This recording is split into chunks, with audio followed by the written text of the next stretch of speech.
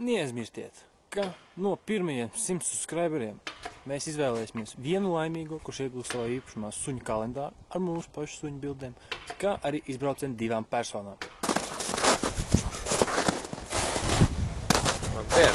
Šodien pastāstīšu nedaudz par Daimler kamanām. Šīs ir sporta kamanas, ar kurām piedalās sacensībās. Viņas ir ļoti manevrēt spējīgas.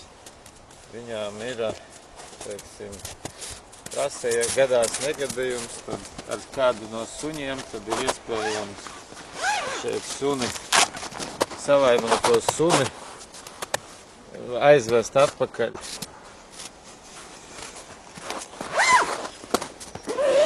Tad es pastāstīšu nedaudz par vadīšanu. Stāv uz sliecēm ar abām kājām stingri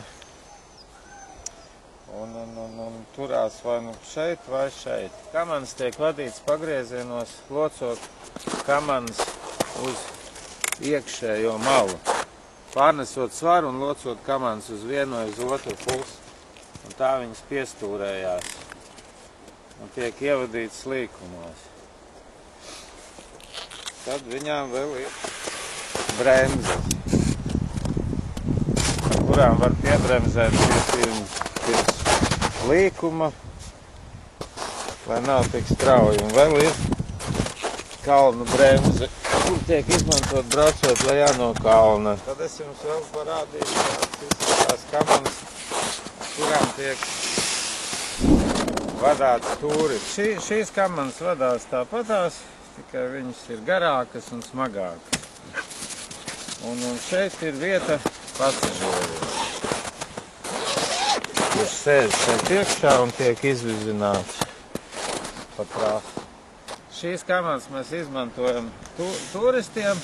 Parasti pirms brauciena ir pāris minūšu gara instruktāža, kā jāvada kamanas, un līdz ar to var braukt praktiski jebkurš iesācējs. Protams, jābūt ir čiverēm galvā, drošībai sevišķi pasažieriem, jo mēdz arī būt kritieni. Kad varētu mēģināt parādīt, kā mēs braucam. Ankuri nodrošina, lai suņi stāvētu mierīgi. Viens ir priekšā, otrs ir aizmugurē. Lai netiek vilkt kamanas, kamēr iejūt suņus. Aiziet!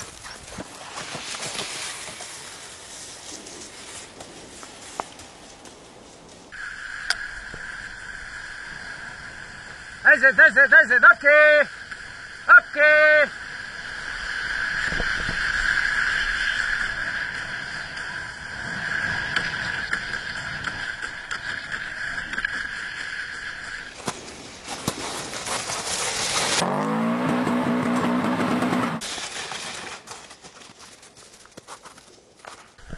Kad suņi noskrējuši un pastrādā, mēs viņiem dodam padzities.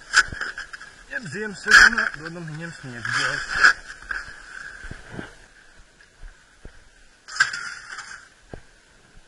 Kad suņi ir izskrējušies, mēs ķeramies pie saviem darbiem. Turpinam pabeigt suņiem mājas, jeb voljeru.